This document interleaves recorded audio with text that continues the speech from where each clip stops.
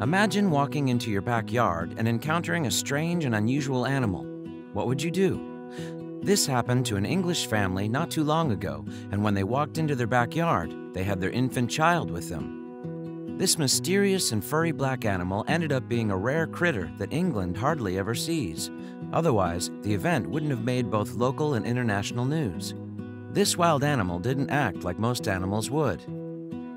Hello, wonderful people. I'm Dane Peterson from Wonderbot Animals, and here is... Family finds an animal in their backyard, and it's a breed few have ever seen. Before we begin, make sure to smash the like button, subscribe to our channel, and click the notification bell for more amazing videos.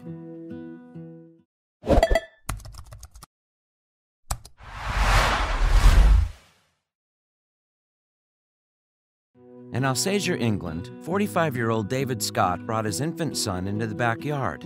It was an autumn Saturday morning in November 2018, and the engineer decided to spend it playing with his young son. But as they approached their trampoline, they saw a black blob. No, a shadow. No, it was moving. There was a wild animal, over 2 feet tall, stalking through David's garden dangerously close to the child. David reacted how most people would, by shouting. He'd gone out with the baby, and I heard him shouting that there's a wild animal. Anna McArdle, David's partner, told The Independent. He was a bit panicked by it. Anna, who worked as a primary school teacher, joined her partner in the yard. The animal looked like a black canine, but with a bushy tail. I thought it was a dog at first, as it was just sitting under the table, Anna later said. The family had no clue what the animal could be. It stood up, and I saw its bushy tail, and I thought it might be a fox, Anna considered, but they weren't going to take chances if it turned out to be a wolf cub. But more importantly, would this wild animal harm their young son? As the animal approached, the couple could only fear for their child, but how the animal behaved defied their expectations. The animal did not react how most wild small mammals would. Many wild animals would retreat as soon as they saw a human, but the animal did not move. On the contrary, it seemed comfortable around David and the child. The animal did not eat any vegetables, despite stalking through a garden. Plus, it didn't rummage through the garbage or dig for meals. Its actions defied all expectations for a wild animal, which baffled Anna and David. Instead of hiding behind the bushes or trampoline, the animal approached the house, but it didn't seem threatening. It seemed relaxed. But that wasn't enough for the couple to trust the unknown creature. After the couple went inside, the animal lounged around their back door. It seemed like it wanted to go inside. Meanwhile, David and Anna brainstormed what they should do about the wild animal in their backyard. As animal lovers, neither of them wanted to harm the canine-looking critter. Since the couple didn't know who to call, Anna decided to post on a Facebook group. She snapped photos of the animal and asked the community group for help. The family was well aware that they were running out of time. It was the weekend before November 5th, also known as Guy Fawkes Day or Bonfire Night. In the evening, fireworks would blast throughout the United Kingdom. The show would scare most animals, including the shy but seemingly friendly visitor to David and Anna's yard. While many people responded to Anna's Facebook post, one answer stood out. It was from the Royal Society for the Prevention of Cruelty to Animals, RSPCA, and they had some surprising news for Anna. Since 1824, the RSPCA has cared for animals around the UK. In 2017 alone, the charity investigated over 141,000 cruelty complaints and rescued 114,584 animals. As the largest animal welfare organization in the world, the RSPCA was fully equipped to tackle Anna's situation. According to the RSPCA, the animal was a silver fox. These incredibly rare foxes have melanism, the opposite of albinism, in which an animal's fur turns black. I didn't know there was such a thing as black foxes, Anna later admitted. Although melanism is more common in cats, it is quite rare in foxes. Although 1 in 5 foxes are black in the United States, in Europe they are far rarer due to being overhunted. Genetically, silver foxes are the same as orange foxes, but they are incredibly rare, especially in the United Kingdom, where they are frequently hunted for their valuable fur. Silver foxes are also bred for the same purpose. It's unknown how a silver fox sneaked into David and Anna's garden. As omnivores, silver foxes will eat many small animals, from squirrels to insects. The silver fox may have entered the backyard to search for its next meal. Wild foxes may harbor diseases and parasites. For instance, rabies and tapeworms have spread to people through foxes in mainland Europe and North America. However, this issue has not occurred in Britain. Toxocariasis, an infection spread through parasitic roundworms in animals, is particularly dangerous. It easily transmits to young children, such as Anna and David's son. The couple couldn't handle the silver fox like a domesticated dog. They had to take care for the sake of their health. Along with posing a risk to David and Anna, the fox may have also bothered the neighbors. As scavengers, foxes frequently tear through neighborhood trash.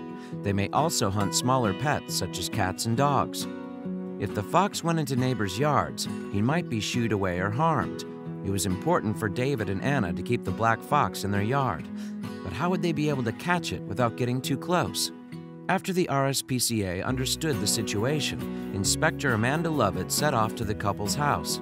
Meanwhile, David and Anna had to figure out how to handle the fox. It couldn't stay in the backyard forever. With guidance from the RSPCA, Anna and David attempted to lure the fox into their utility room. After all, it would be easier to catch in a room. Since the silver fox seemed eager to go inside anyway, they managed to lure it in. By this time, the Inspector Amanda had arrived. Since the animal seemed tense, Amanda spent a while calming it down. She brought a cat box and a grasper to contain the fox. Gently, she guided the fox with the grasper to put it into the cat box. Throughout the ordeal, the fox acted more docile than most wild animals. Amanda described the fox as quite tame. Still, David and Anna felt relieved to have the mysterious animal out of their yard. By the time they caught the fox, it was almost fireworks time. Amanda drove the fox to the Stapley Grange Wildlife Center in Nantwich, England. They kindly stayed open later so he could be admitted, according to Amanda. There, the experts checked the black fox's health. By this point, he acted so calmly that the experts suspected that he might be a pet. Still, they had no information on the fox or his current health. The experts at Stapley Grange named the fox Shadow for his black fur. The rare sight surprised the vets and handlers who examined him. He is the first silver fox we have ever had here at Stapley Grange. In nearly 25 years we have been open, said Stapley Grange's manager, Lee Stewart. He is an impressive-looking animal, and it has been interesting to us all to have such a rare admission. The vets determined that he was healthy, but a little overweight. As a result, the team believed that he was a lost or abandoned pet. It is likely that Shadow has been kept as a pet, and he has either escaped, in which case we need to find his owners, or he has been dumped by his owners, Lee reported. I doubt it would be able to be released into the wild. Pet foxes are legal in England and Wales. However, every fox deserves protection under the Animal Welfare Act of 2006. Whether Shadow was lost or abandoned would determine whether he would be returned to his owners. However, finding the owners is easier said than done. Shadow did not wear a collar, and when they scanned for a microchip, the vets found nothing. With no other option, Stapley Grange posted Shadow's photos online and hoped that someone would contact them. As of late 2019, there has been no update on Shadow's previous owner. The rare fox was never returned home or released to the wild because Shadow was obviously dependent on human care, so he would not survive in the wild. The issue presented a new problem. If Shadow couldn't go home, where would he go? Although he was quickly becoming a favorite at Stapley Grange, the employees couldn't care for him forever. They had to invent another solution. The workers at Stapley Grange did not want to adopt Shadow as a pet. Even the RSPCA warns against caring for foxes as pets. Foxes like Shadow require specific care that the average pet owner is not fit to provide. Not only do foxes have a strong smell, but they're also incredibly destructive. They require raw meat and bones, and if they don't receive enough taurine, an acid found in organs, they may go blind or suffer from seizures. Unfortunately, many exotic pet owners abandon their animals because they did not prepare well enough. Dr. Roz Clubb, a scientific officer at the RSPCA, says that they have received many foxes that were abandoned after their care requirements became too much for the owners. It is possible that Shadow could have been one of these foxes. The RSPCA works to educate pet owners on the requirements of a fox before they take the plunge and adopt. Although Stapley Grange wouldn't give Shadow to just anyone, they would hand him over to someone. According to reports, the employees announced that they would hand Shadow over to a specialist owner. These specialists understand how to take care of foxes properly, and they are highly experienced. Shadow would be safe from hunters who may want his valuable fur. He'll also survive in an environment where he is sufficiently provided for.